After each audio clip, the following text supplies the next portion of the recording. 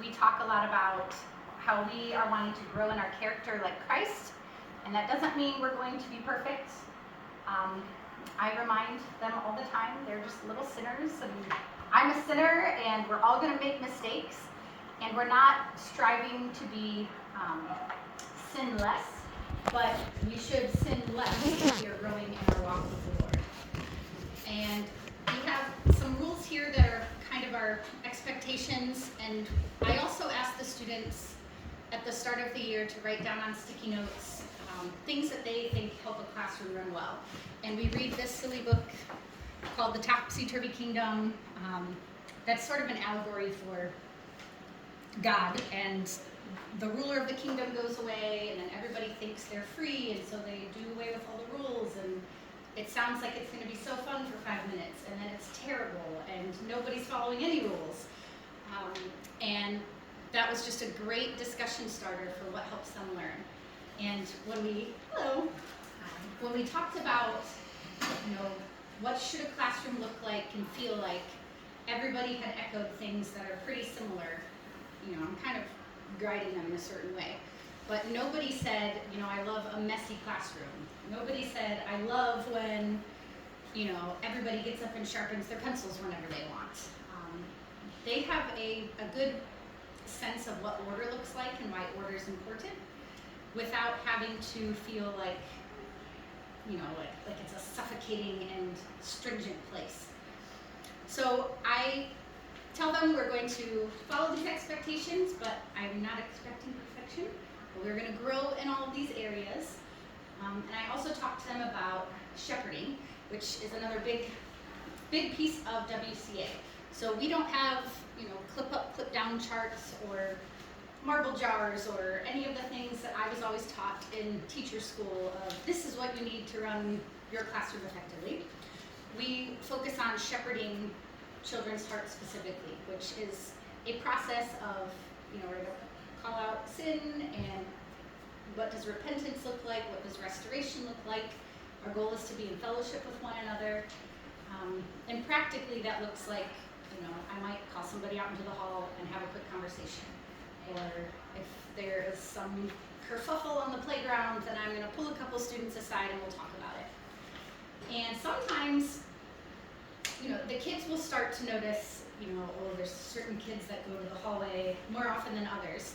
And sometimes shepherding looks like encouraging. So maybe I'm calling somebody out that is not doing anything wrong. I just want to pull them aside and encourage them to continue their walk. And another thing I try to emphasize is shepherding isn't something to be afraid of. It's not you're bad and I want you to know that I'm mad or something. It's truly, I'm calling this out in you because I love you. And if I did not love you, I would be ignoring it. And honestly, the schools I came from before, it's like, don't make waves, don't call the parent unless it's some emergency because it's gonna, escalate and be stressful. But here I feel like I'm able to send an email and say, hey, we had a conversation today about, kind words. Could you please, reiterate the same thing at home? And the kids know we're a team, we're on the same page. And there's good reason for that. I'm not just going to ignore you because I'm busy. I'm going to take the time, have the conversations, and it's a good thing. And truly, good fruit comes from these conversations. And then we incorporate the word with that as well, right? Yeah, and sometimes there will be specific scriptures that I might share with you, or maybe almost always when I have talked to a parent about something that's happening in the class, the parent will say, we've been seeing something similar at home. Like, those eye rolls aren't just reserved for you. They come up while we're getting ready for school and trying to do homework. And so having that connection is really meaningful, I think. I was going to say too, what I don't want is for students to feel like if the pendulum can swing the other way, where we get very perfectionist and very, I don't want the teacher to ever have to talk to me, and Sometimes we'll have issues with cheating where students are so stressed about this grade they want to bring home to their parents that they will do whatever it takes to bring that grade home to their parent because they don't want to let them down or that sort of thing. And we talk about how getting a grade for the wrong reason is still not right. So we don't want things to just look nice on the outside. We want your heart to be in the right place for you to actually be showing some growth. And I think that's happened every year so far. There's always, a couple kids that are they want to do the right thing so bad, and it's the right thing at all costs, but that's not what we're going for. Let's see. So we can go on to some curriculum, unless you have any questions specifically about shepherding or rules or that sort of thing. So the back side, or the next page, kind of gives an overview of all the curriculum that we use. And some of these are carryovers. So our Bible curriculum, we use the same Bible cards, but in 4th grade we pick up, we just started in 1 Kings. So we have all of the major and minor prophets. We talk about the kings of Israel, and then we do a couple of books that are standalone prophets and Job. So to be honest, when I first started teaching here, I thought, this is the part of the Bible I'm least comfortable teaching. How could they possibly ask me to explain this to 9-year-olds in a way that will make sense? But this curriculum is wonderful and has grown me so much as well. Every week they will have a memory verse. It doesn't specifically come from the content area we're studying in the Bible. The first 2 weeks we have been working on our theme verse so that everyone in the school gets on the same page. And then it will tend to be longer passages that will split into, 2 of the verses this week, add on to next week, add on the week after that. And we just find the students tend to actually hang on to that more than just a couple one-offs that they memorize enough to spit it out to me on a Wednesday or Thursday, and then they just kind of file it away forever. So on Thursdays, they will say their verse and we practice what's recitation position. We want to make eye contact and speak loud and with confidence. And that takes some getting used to. And the first couple are a little bit rough, especially if you have a more quiet child. They might be a little uncomfortable with that intensity. But we talk about the importance of oration, which is another thing kind of unique here. I never talked about oration in the previous 13 years I taught. But it is important to be able to speak eloquently and clearly about the gospel and to share scripture and to communicate well. So we start that at a young age here and just continue to cultivate that and grow that. And then you will be blown away when speech week time comes. Especially, 4th grade is as high as I know right now, but it's amazing to me that they're able to memorize huge passages of scripture or patriotic orations. Somebody did Martin Luther King's I Have a Dream speech, and I just am weeping hearing this. It's beautiful. But we want to work on that oration all the time and not have it be this thing we're just trying to cram right before we have to say the verse. So if we do that in little bits early on, I think that will help grow them as we go. Can I ask a question? Yes. Will you be writing what passages you're reading, on the newsletter, or do you mind posting that somewhere? Just what part Kings or whatever that you guys are studying in class or whatever. Yes. So I was revamping my newsletter. Last year I did whatever card we were on, and then sometimes it was things took longer but I can get you that. There's also, when we get to it in here, a list of everything. So you can also That's fine too. check it as we go. The only exception for the verse. So usually I'll assess on Thursdays because Wednesday we have chapel and the day just goes so fast. So realistically, Thursday is usually when I'm able to do their verse test. But the only exception would be if your child is reciting for chapel on Wednesday, we'd prefer they know it on Wednesday. So I have a rotation of teacher assistants because I also can't keep up with 100 jobs changing all the time. So I just have 2 kids do everything each week, and we'll just rotate through so everybody will get that chance to go up on stage and recite and share. So your child will know if they're that person, because we fill out our weekly plan every Friday for the following week. So they will write on here, know the verse today for chapel. And yeah, so we can go on to history and geography. History, oh, yes. So it's gonna be different than your weekly is gonna be different than last year? So like Luke brought home, the weekly planner or the paper that had what his memory verse was gonna be actually right on it, right? Is that still gonna be the same? Yes, so newsletters, they should have brought their first newsletter home on Friday. Newsletter, that's right. That's what it is. Is that a hard copy thing? Or is that an email? There is a hard copy, and it's also posted in the Google Classroom. And I do a running newsletter where I'll put the new one on the top, so you can always scroll down and dig through whatever you like. But that way it's always there in one place. And if you need your child's login information, I have everybody's here. I also taped it to the front of everybody's planner, so it's in that binder on the planner. It's really great. Being proficient, fabulous. Developing, still fabulous. If your child is constantly bringing home unsatisfactory work, we'll have had some type of conversation or, email communication, or I'll be in touch before that. So you won't get to a report card and then surprise your child's failing math. I will communicate that with you. But this truly is a process where we are focusing on putting in the effort rather than focusing on a final grade outcome. I know for that last year, we were asked not to do that at home because we messed up the kids. Basically. That's So true. how much of that, are you, will you let us know if you want us to review more with them? Or how besides doing the math facts, how much you want us to be involved? Yeah, so math facts are still the priority for 4th grade.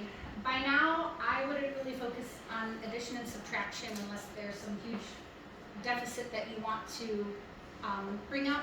But multiplication and getting into division, usually the first quarter we focus on multiplication hard unless they're feeling really confident that they can do more division.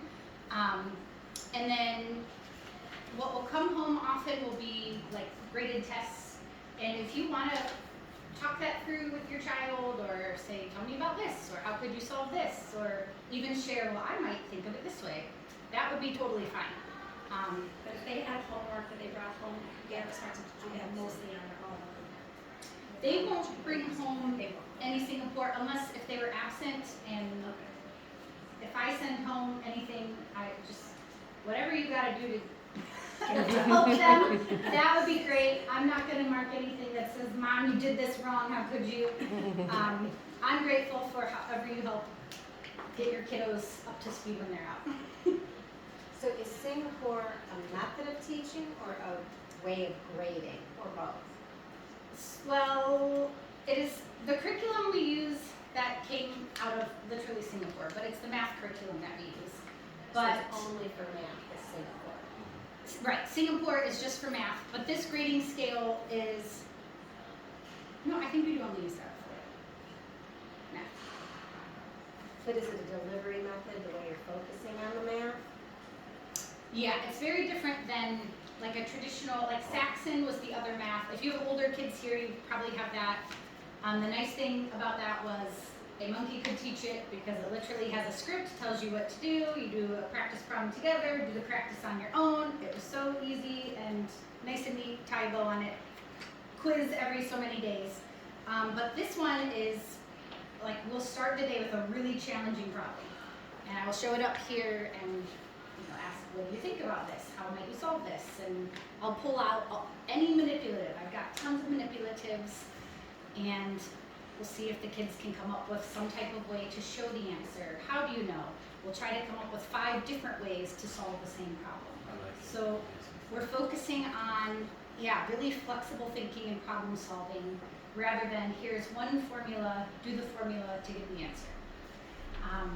And although it feels a little uncomfortable and, you know, the kids will show varying levels of, you know, frustration. There's just so much growth that I see coming out of doing math this way. It's a lot more hands-on, we're always moving, and they talk a lot, which is actually great for kids. They want to be talking anyways. So this way they are moving around and they're talking, so those that are more external verbal processors can make a lot more meaning from it. Those that need more manipulatives and moving things around can make meaning. And we still have workbooks. We still do some workbook pages. We also have math journals, which don't have a whole lot in them yet, but I have the kids write about their thinking too. So we did it on the first week, Thursday I think, we talked about the difference between expanded form and numeral notation. And then I just asked the question, tell me how you know the difference between these two. And so some people wrote, you know, here's an example of 345, and here's 300 plus 40 plus 5. Some kids drew pictures, some kids made a Venn diagram to compare and contrast, some kids just wrote out in words a few sentences, and I had everybody keep their journal on their desk and we did a little gallery walk. So everyone could look at the different ideas they came up with, and they were just shocked that, you know, 18 people think differently than I do. This is wild. But it's great because, you know, other 9-year-olds can help other 9-year-olds in a way that I can't always. So it's so cool to see how they share all these ideas. So that is Singapore. Next we have science, and we actually have 2 curriculums for science. We are one of the only grades, we're so lucky. So our first one is machines in motion. That will take us to about Christmas break, and then we have weather and water. And both of these are made from, they're both the God's Design curriculum, and those are the people that do like the Creation Museum and the art, and we make interactive notebooks. So throughout the year they're going to add all these different things to their notebook, and that will come home in the end. So you won't see a lot of science worksheets. I don't give tests in science. It's all classwork that we do. We'll do some experiment type things. It's a lot of fun. And then spelling is going to be different this year. We are using Building Spelling Skills, and this will come home, well, you'll have a slip like this inside of the planner, and then I screenshot this and put it on the newsletter, so I can't make typos. And then they have a packet in their red folder that is essentially their morning work every day.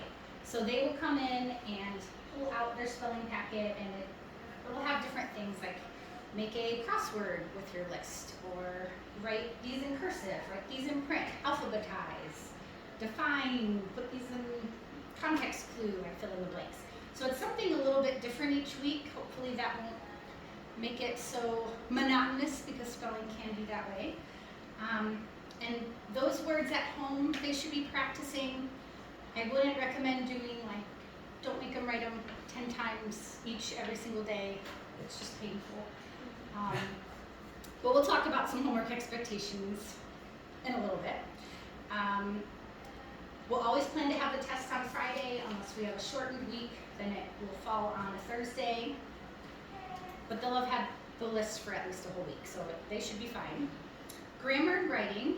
The list will come out the Friday before. Yes, the Friday before with the newsletter and the filled out planner. So it should be in a couple places. Grammar is the second edition. Oh yes. Another quick question about spelling. Are the kids gonna have to do their spelling test in cursive? So we do Is that all of our required? writing in cursive and forth, unless, you know, if there's a extenuating circumstance or they have like a SPP plan that says something else, I'll always encourage them to do their loveliest cursive writing. Grammar builds on the foundation they had last year with Well-Ordered Language 1. We have Well-Ordered Language 2. So we start off reviewing, we have so many songs, we're learning all the jingles. The songs are actually defining whatever the word is. So we focused on the 8 parts of speech, and they sing along, we use our rulers as microphones, it's a great time for all.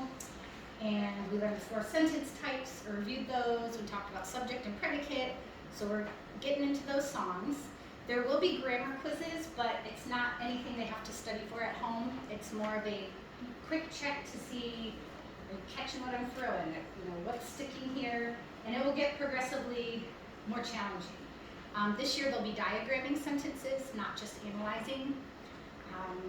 So you'll see these things that I never grew up diagramming sentences, but they are wild. By the end of the year, they're doing these split rocket ship diagrams, and they think that's pretty cool.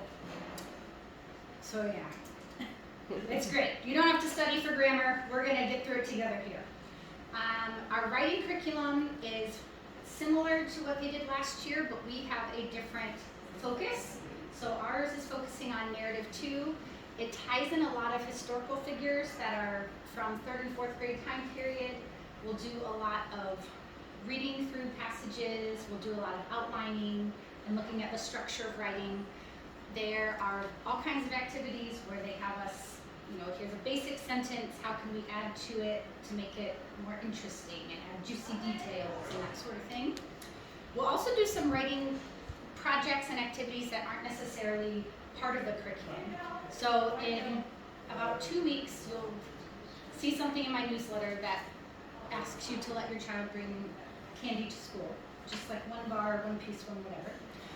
With our literature, we're reading Charlie and the Chocolate Factory, and I'm going to let them bring a candy in, and they are going to use it as inspiration to create their own candy. And they're going to do a writing activity with it where they need to think about the flavors, the textures, the smells, what it looks like, what does it sound like if you're crunching into it or something. So some of the writing will be standalone based on our literature units. And then literature. So we read some incredible books here in 4th grade. If you're new to WCA, this will seem different than reading/ELA that you might have seen at other schools.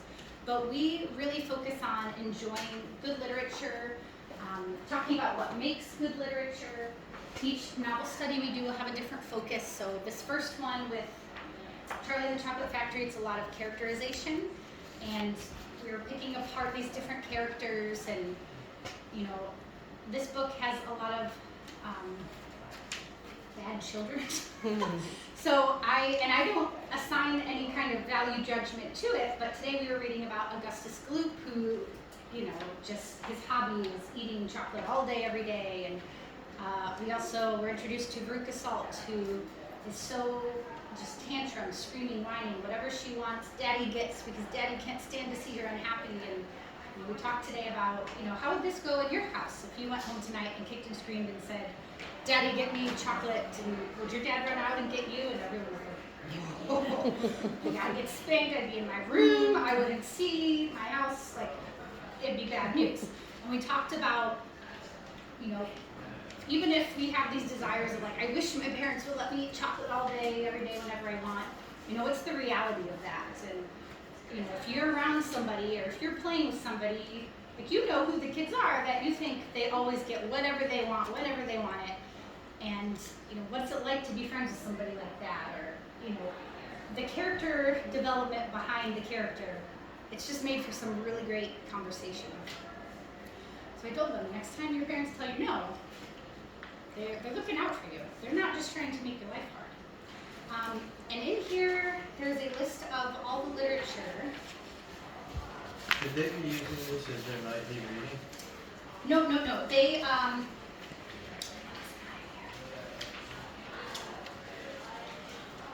just kidding, my history and Bible. I might need to send home like an appendix. I think I'm missing a page, a front and back page. But I have a page that lists out the different novels that we do. So we're starting with Charlie and the Chocolate Factory, and then we'll read a fictitious, like historical fiction about Vikings. Then we'll read Alice's Adventures in Wonderland. We have a Mad Tea Party thing that we're going to do that's really fun. And then we'll switch to King Arthur and Robin Hood and field trips that we're attaching. And lots of good stuff comes from our literature. So it's more than just learning to read. They read on their own now, but they're reading to learn. So we're digging in a lot deeper. Let's see. And then we talked a little bit about the grading scale. The scale down here is for specials classes and for